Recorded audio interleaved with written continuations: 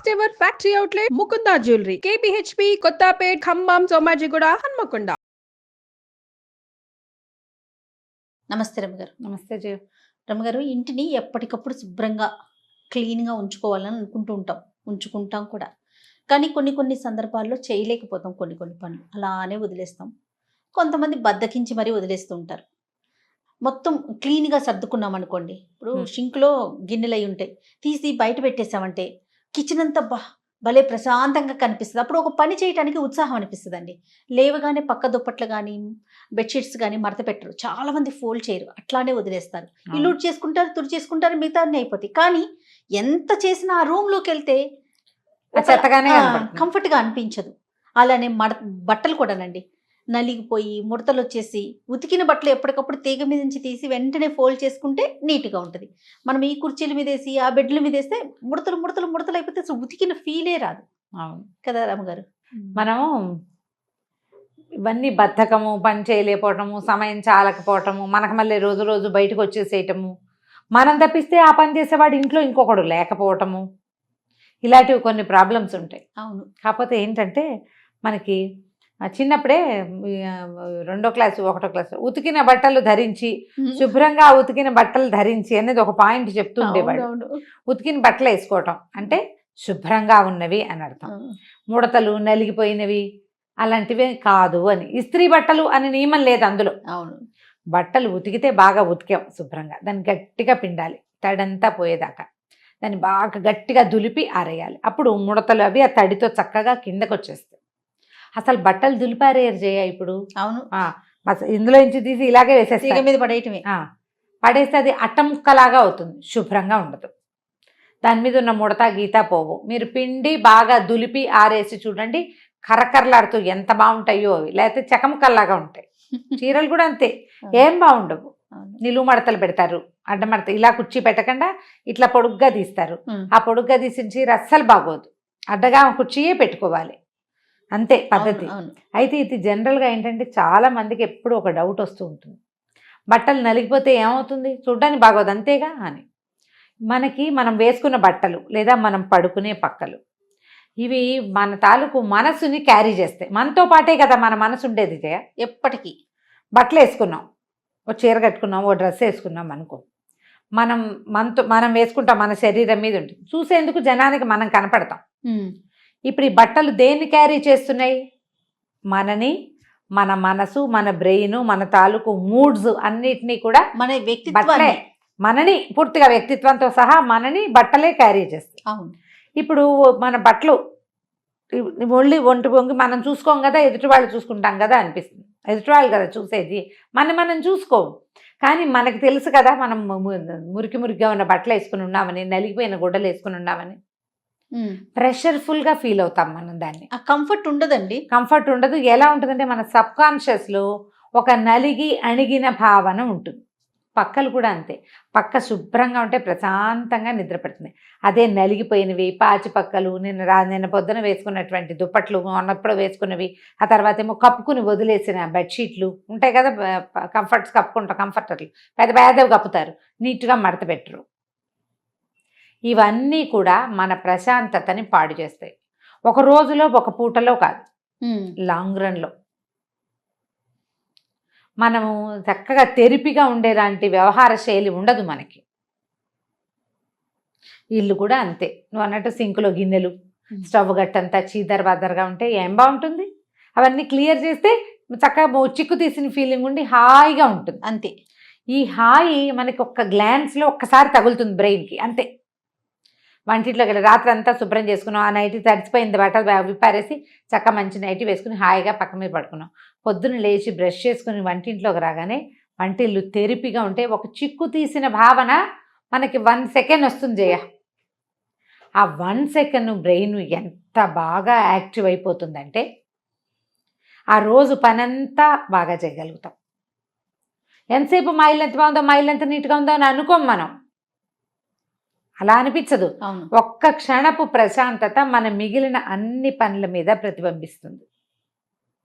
సోఫాలు నీట్గా ఉండటం, పేపర్లు గీపర్లు ఎబరాయి దెబరాయి కాకుండా ఒకదాని మీద వేసి చక్కగా నీట్గా పెట్టడం, బల్లలన్నీ దుమ్ములు లేకుండా ఉండటం, డైనింగ్ టేబుల్ తుడిచి ఉండటం, టేబుల్ మీద గ్లాసులు స్పూన్లు అవి ఇవి అలా అలా పెట్టేయకుండా ప్రాపర్గా పెట్టుకోవటం. చాలా సామాన్లు పెట్టుకుంటాం డైనింగ్ టేబుల్ మీద, ఆ పెట్టినవన్నీ ఒక ఏమన్నా ఆర్డర్లీగా పెట్టుకుంటాం, ఆర్డర్లో పెట్టడం. అవును. ఎక్కడ ఉండవలసిన వస్తువు అక్కడ ఉండటం. దానివల్ల ఏమవుతుందంటే బుద్ధికి ప్రశాంతత వస్తుంది, తద్వారా ఇంట్లో ప్రశాంతత వస్తుంది. మనము చిరాకు పడుతూ చర్చలాడుతూ విసుక్కుంటూ తిట్టిపోస్తూ అలా ఉన్నాం, నలిగిపోయినట్టుగా ఉండం, మనం ఫ్రెష్గా ఉంటాం. ఈ ఫ్రెష్నెస్ని సాధించాలంటే ఒళ్ళొచ్చి పనిచేయాలి, అంతే. దానికి అదే మార్గం. ఎవరు చేస్తారు? లేకపోతే ఇప్పుడు ఏం చేయొచ్చు అంటే మనం భర్తని పిల్లల్ని భాగస్వాముల్ని చేయండి. ఎవరి బట్టలు వాళ్ళకి మడత పెట్టి మీ బట్టలు మీరు సర్దుకోవటం అలవాటు చేయండి. మా ఫ్రెండ్స్ ఒకరు ఉండేవారు, ఆయన బట్టలు ఆయనే సర్దుకుంటారట, వాళ్ళ అబ్బాయి బట్టలు కూడా ఆయనే సర్దుతారు, టవల్స్ అన్ని మడత పెట్టి ఆయనే పెట్టుకుంటారట. నువ్వు బాగా సర్దవు, నా ర్యాక్ నేనే సర్దుకుంటానంటారట. ఆయన ఎంత బంగారు కొండో అనుకుంటా గుర్తొచ్చినప్పుడల్లా నేను. ఆయన బట్టలు ఆయనే పెట్టుకుంటారు.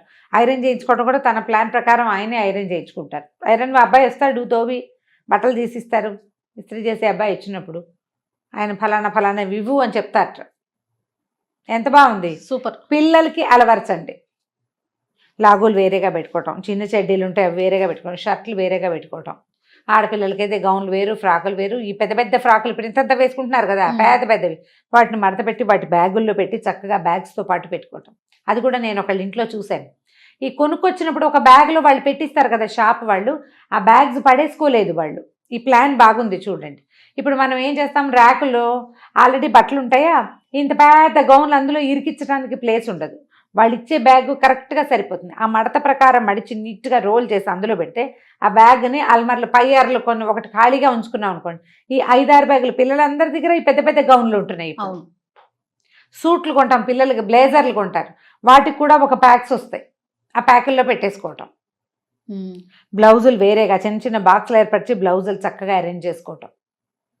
బట్టలు అరేంజ్ చేసుకునేందుకు కూడా ఎన్ని వీడియోలు ఉన్నాయి జయ, అసలు ఎలా మడత పెట్టాలి, ఎలా అరేంజ్ చేసుకోవాలి.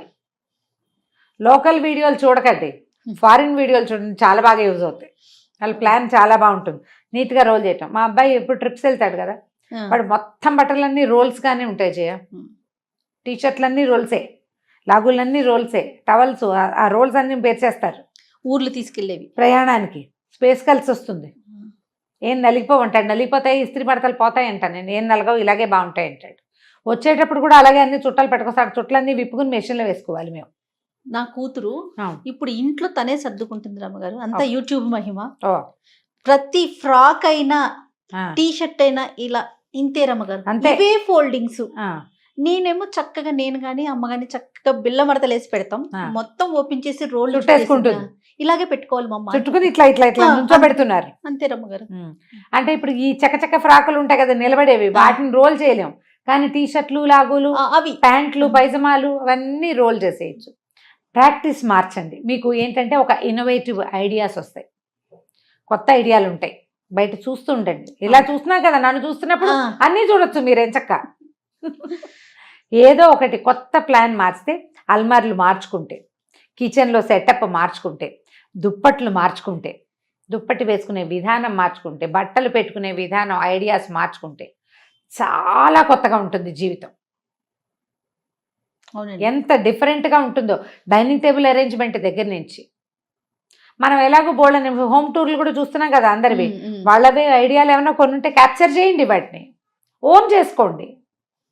ఇప్పుడు ఎవరికైనా ఏదైనా ఎవరైనా చెప్పవలసిందే కదా, మన ముందు తరాల నుంచి మనం నేర్చుకున్నాం. మన తరంలో కూడా మనకు నచ్చిన వాళ్ళ దగ్గర నుంచి కొన్ని నేర్చుకోండి. నేను పుస్తకాలు చదువుకోండోయ్ అని చెప్తా, నేర్చుకుంటున్నారు కదా. కొన్ని పిల్లలకి కథలు చెప్పండి అని చెప్తున్నామా, అది నేర్చుకుంటున్నారు. అట్లాగే ఇలా కొన్ని కొత్త ఐడియాలు క్యాప్చర్ చేసి ఇంటిని మార్చుకోండి. తద్వారా మీ మైండ్ సెట్ మారుతుంది, మీ జీవన విధానంలో మార్పు వస్తుంది. మంచి ఏమనాలంటే క్వాలిటీ లివింగ్ చేతొస్తుంది మనకి. దానికోసం ట్రై చేయండి. నలిగిపోయిన బట్టలు, నలిగిపోయిన పక్కలు, ఎబరాయి దెబరాయిగా ఉన్న సోఫాలకి స్వస్తి చెప్పేయండి వాటితోటి. బై బై చెప్పేది. కొత్తవి కొనుక్కురమ్మని మాత్రం నేను చెప్పట్లేదు, ఉన్న వాటిలోనే ప్లాన్ మార్చుకోండి అని చెప్తున్నా, అంతే. తప్పకుండా రమ్మగారు. నమస్తే. నమస్తే.